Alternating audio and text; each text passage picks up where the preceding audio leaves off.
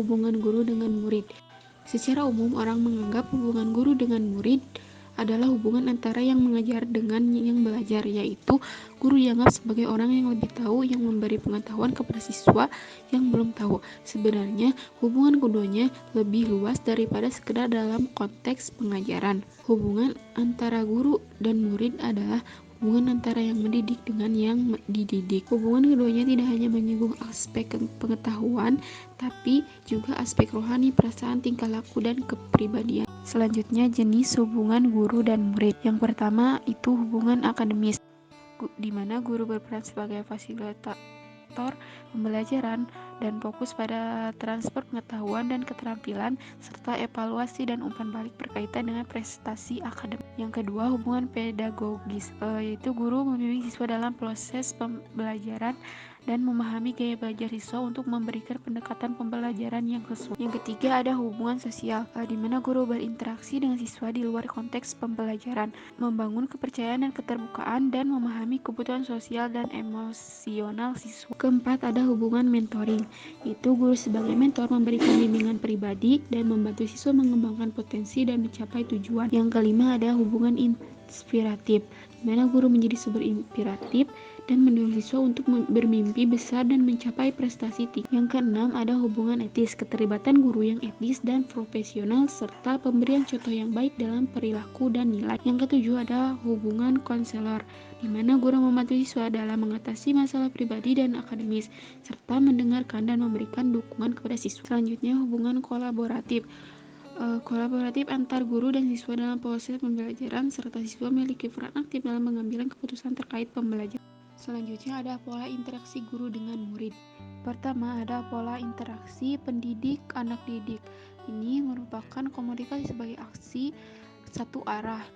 Biasanya dilakukan oleh guru dalam pembelajaran yang metodenya itu ceramah. Yang kedua, ada pola pendidik anak didik dan mendidik. Pola ini biasanya dilakukan dalam proses pembelajaran menggunakan metode tanya jawab. Selanjutnya, pola pendidik anak didik. Ada feedback bagi guru dan anak didik saling belajar satu sama lain, di mana ini disebut komunikasi tiga arah atau komunikasi antar guru dengan murid dalam proses pembelajaran seperti biasanya terjadi pada metode diskusi. Selanjutnya, pola pendidik anak didik lalu pendidik.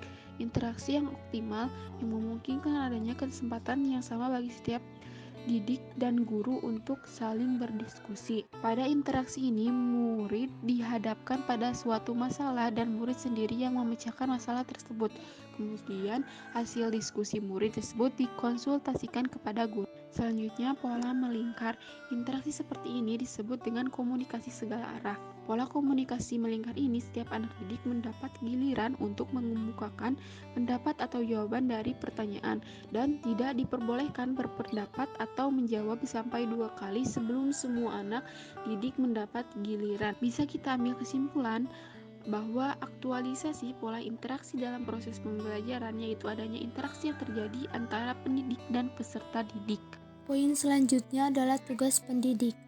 Yang pertama itu guru sebagai pendidik.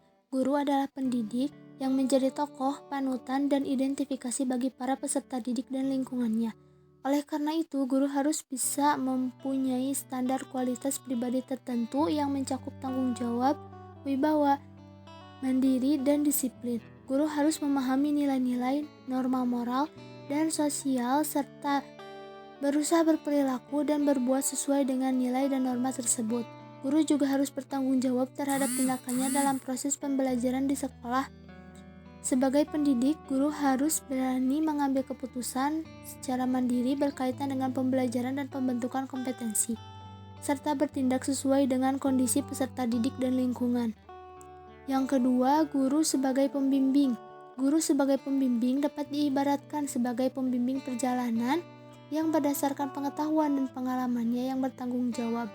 Sebagai pembimbing, guru harus merumuskan tujuan secara jelas, menetapkan waktu perjalanan, menetapkan jalan yang harus ditempuh, menggunakan petunjuk perjalanan, serta menilai kelancarannya sesuai dengan kebutuhan dan kemampuan peserta didik. Sebagai pembimbing, semua kegiatan yang dilakukan oleh guru harus berdasarkan kerjasama yang baik antara guru dan peserta didik. Guru memiliki hak dan tanggung jawab dalam setiap perjalanan yang direncanakan dan dilaksanakannya. Yang ketiga, guru sebagai pengajar. Guru membantu peserta didik yang sedang berkembang untuk mempelajari sesuatu yang belum diketahuinya, membentuk kompetensi, dan memahami materi standar yang dipelajari. Guru sebagai pengajar harus terus mengikuti perkembangan teknologi, sehingga apa yang disampaikan kepada peserta didik merupakan hal-hal yang up to date dan tidak ketinggalan zaman bagi guru. Tugas mengajar merupakan tugas yang paling dominan. Sebagian besar waktu di sekolah digunakan untuk menyelenggarakan pembelajaran. Guru mewariskan pengetahuan, sikap, dan keterampilan kepada peserta didik. Perbuatan mengajar mengarah pada pengembangan aspek intelektual atau kognitif peserta didik. Pelaksanaan tugas ini diawali dengan perancangan berbagai program. Biasanya dimulai dari penyusunan program tahunan, dilanjutkan dengan perancangan program semester, penyusunan silabus, dan rencana pelaksanaan pembelajaran atau RPP. Yang keempat, guru sebagai pelatih. Tugas guru melatih mengarahkan pada penguasaan keterampilan atau skill, baik keterampilan fisik maupun keterampilan intelektual. Dalam melatih, guru memberikan stimulus atau S supaya muncul respon atau R dari peserta didik. Latihannya berpola SR yang dilakukan berulang-ulang sampai peserta didik menguasai keterampilan yang dilatihkan guru. Yang kelima, guru sebagai penilai. Penilai atau evaluasi merupakan aspek pembelajaran yang paling kompleks karena melibatkan banyak latar belakang dan hubungan, serta variabel lain yang mempunyai arti apabila berhubungan dengan konteks yang hampir tidak mungkin dapat dipisahkan dengan setiap segi penilaian. Tidak ada pembelajaran tanpa penilaian, karena penilaian merupakan proses menetapkan kualitas hasil belajar atau proses untuk menentukan tingkat pencapaian tujuan pembelajaran peserta didik.